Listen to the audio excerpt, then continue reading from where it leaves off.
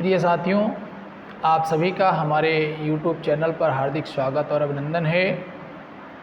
जैसा कि साथियों, हम सभी सतगुरु संत श्री कबीरदास महाराज जी की पदों पर चर्चा कर रहे थे, तो आज भी हम सतगुरु संत श्री कबीरदास महाराज साहब जी के पदों पर चर्चा करेंगे।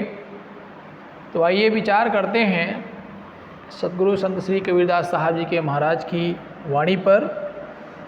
और इस पद में सतगुरु संत श्री कबीरदास महाराज जी ने जो माया है, माया के विषय में बतलाया है कि माया किस प्रकार से महाठगनी के रूप में उपस्थित होकर के संसार के सभी लोगों को ठगती है और उन्हें अपने जाल पास में फंसा करके उनका विनाश करती है।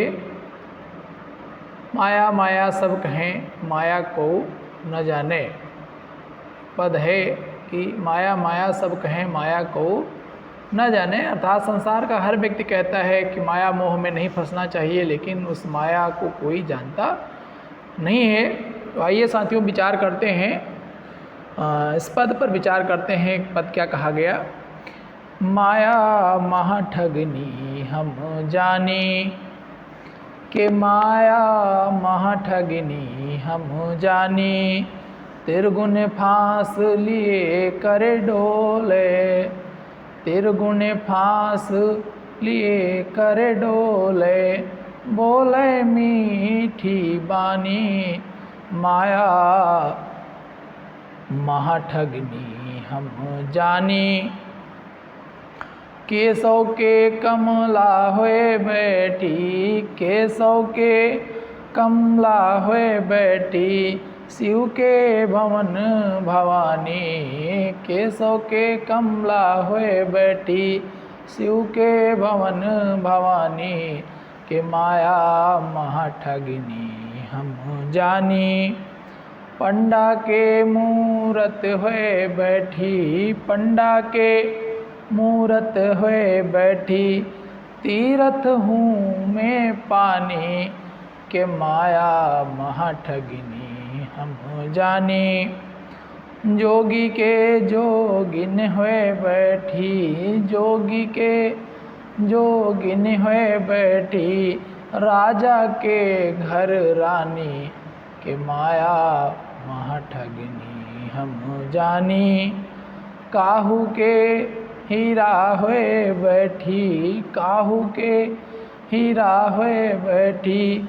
काहू के कौड़ी कानी, भक्तन के भक्तिन हुए बैठी, भक्तन के भक्तिन हुए बैठी।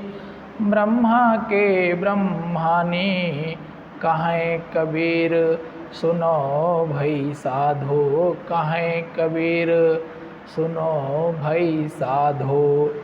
यह सब अकथ कहानी, के माया महाठगनी हम जानी।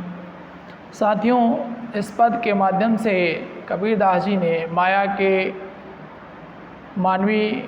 को मानवीकरण करके उसके विभिन्न गुणों के बारे में बतलाया है।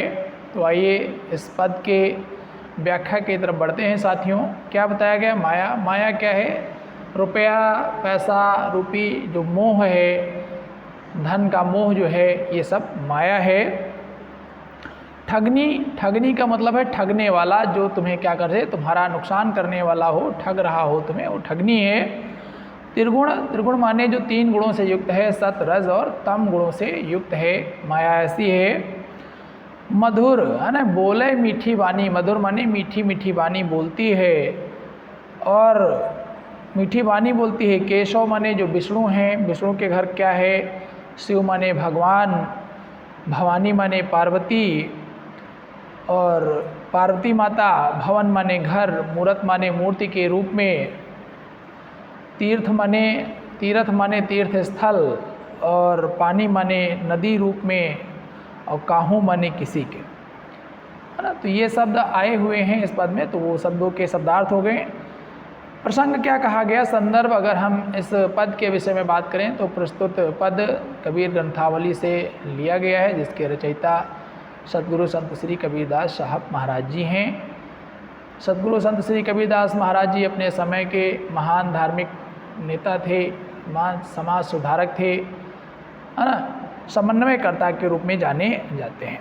प्रसंग क्या बताया गया? तो प्रसंग है साथियों, इस पद का प्रसंग है, प्रस्तुत पद में कबीरदास जी महाराज ने माया को महाठगनी बताते हुए उसके विभिन्न रूपों को क्या किया है, यहाँ पर उद्घाटित किया है, उसके विभिन्न रूपों को यहाँ पर बतलाया है।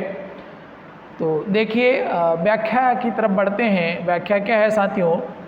कबीरदास जी महाराज कहते हैं कि माया बहुत ही बड़ी ठगनी है, अर्थात सभी प्रकार से वह लोगों के मन को भ्रमित करने वाली है। मैंने इस तथ्य को समझ लिया है, ऐसा कबीरदास महाराज जी कहते हैं। सत रज तम त्रिगुणों का जाल लिए हुए ये माया है, हमेशा क्या घूमती रहती है, और यह जो केशव हैं, जो विष्णु के घर लक्ष्मी के रूप में बैठी हुई है और शिव के घर भवानी अर्थात पार्वती के रूप में, भवानी के रूप में बैठी है, पंडा के यह मूर्त हुई बैठी। और साथियों जो पंडा पुरोहित होती हैं उनको ठगने के लिए ये कैसे रूप में बैठी है, वहाँ मूर्त के रूप में जा कर के ये विराजमान हो गई है। तीर्थों में पानी अर्थात जो तीर्थ स्थल हैं वहाँ पर नदियों के रूप में ये माया विराजमान है, उपस्थित हुई है। योगी के यहाँ योगिन होकर बैठी, अर्थात जो योगी पुरुष होते हैं उनको भी ठगने के लिए या वहाँ पर उनकी योगिनियों के रूप में जा कर के उनके वहाँ ये विराजमान हो जाती है, बैठी है। और किसी के यहाँ फूटी कौड़ी के रूप में, अर्थात इस संसार में आप देखते हैं साथियों कि कोई बहुत गरीब है तो उसके घर फूटी कौड़ी के रूप में भी ये माया बैठी हुई है। वह उस टूटी फूटी कौड़ी अर्थात कम रुपए पैसे में भी वो क्या है, डूबा हुआ रहता है, मोहित रहता है। और राजा के घरों में रानी के रूप में, अर्थात जो राजा महाराजा होते हैं उनके यहाँ जो खूब सौंदर्य शक्तिशाली हैं उनके यहाँ रानियों के रूप में ये माया बैठी रहती है। योगी के योगिन हुए बैठी, और संसार के जो कुछ लोग हैं जो योग साधना की ओर बढ़ जाते हैं उनका भी यह पीछा नहीं छोड़ती, और वहाँ पर भी माया ठगनी के रूप में जा कर के, वहाँ योगिनी के रूप में जा कर के उनको ठगने के लिए वहाँ विराजमान हो जाती है। और तुर्क के यहाँ तुर्कनी होकर बैठी है, अर्थात जो तुर्क शासक हैं उनके यहाँ तुर्कनी होकर के बैठी है। कबीर कहते हैं कि स्वामी भगवान के दास के हाथ यह माया बिकी हुई है, केवल और केवल भगवान ही इस माया से पार पा सकते हैं, संसार का कोई और प्राणी माया से पार नहीं पा सकता है। और इस प्रकार से माया के विविध रूपों को मानवीकरण के रूप में यहाँ पर कबीरदास जी महाराज ने समझाया है कि ये माया संसार के लोगों को किस प्रकार से ठगती है। तो साथियों जैसा कि आप जानते हैं, राजा हमेशा क्या करता है, किसी भी प्रकार की चर्चा पर चर्चा हो तो वहाँ अपनी महारानी की बात को अवश्य स्वीकार करता है। महारानी कह दे तो उसके कहने के अनुसार ही वो कार्य करता है। अगर योगी पुरुष बैठा है और उसकी जो योगिनी है अर्थात उसकी जो भार्या है वहाँ पर अगर वह कुछ कहे तो उसके अनुसार वह अपने कर्म को करेगा। और शंकर भगवान भी देखते हैं कभी न कभी अपनी जो पत्नी हैं पार्वती माता उनके बस में होकर के काम करते हैं। तो इस प्रकार से ये जो माया है संसार के लोगों को ठगने के लिए विविध रूप बनाती है। राजाओं के घर में रानी अर्थात खूब धन दौलत के रूप में पहुँचती है, और जो गरीब व्यक्ति होते हैं उनके घर में फूटी कौड़ी के रूप में ये विराजमान रहती है। भक्तन के भक्तिन हुए बैठी, और जो लोग भक्त बन जाते हैं, भक्ति करते हैं, उनके यहाँ भक्तिन बन करके ये बैठ जाती है। और ब्रह्मा के घर ब्रह्माणी, है ना, ब्रह्मा के घर ब्रह्माणी होकर के ये बैठती है। और कहें कबीर सुनो भाई साधो यह सब हकत कहानी। कबीरदास जी कहते हैं कि हे संतों, हे सज्जनों, आप इसको समझ लीजिए, ये जो माया की कहानी है, आकत है, माया के विविध रूप हैं, इसको कहाँ तक मैं बतलाऊँ, इससे बचना है तो आप क्या करें, ईश्वर भक्ति को प्राप्त करें। विशेष क्या बतलाया गया, माया का मानवीकरण किया गया। साथियों मानवीकरण क्या है, चूँकि हम देखते हैं जो स्त्री है सांसारिकता का प्रतीक है, या सांसारिकता में लिप्त करती है मनुष्यों को, या मनुष्य को सांसारिकता की ओर ले जाती है, मनुष्यों को अपने माया जाल में फंसाती है। अतः यहाँ पर कबीरदास जी ने माया को स्त्री रूपा माना है, यह बताया है कि जो इस प्रकार स्त्री व्यक्ति को विभिन्न सौंदर्यों से अपने ओर खींचती है, उसी प्रकार माया भी व्यक्ति को अपने पास खींचती है। माया महा केशव कमला भवन भवानी जोगिनी जोगी जोगिनी आदि में पुनरुक्त प्रकाश अलंकार है। साथियों, पुनरुक्त प्रकाश अलंकार वहाँ पर अलंकार होता है जहाँ पर कोई शब्द एक है ना बार बार आए और उसके अर्थ में कोई परिवर्तन ना हो, और जहाँ पर ये भी है कि एक ही अक्षर से शब्द की शुरुआत हो रही, वहाँ पर भी हम देख रहे हैं पुनरुक्त प्रकाश अलंकार आया है। तो इस प्रकार से अगर देखें भाषा क्या है, सदुक्कड़ी है, और इस पद की हमने व्याख्या चर्चा पर चर्चा की है। साथियों, आप हमारे साथ बने रहें।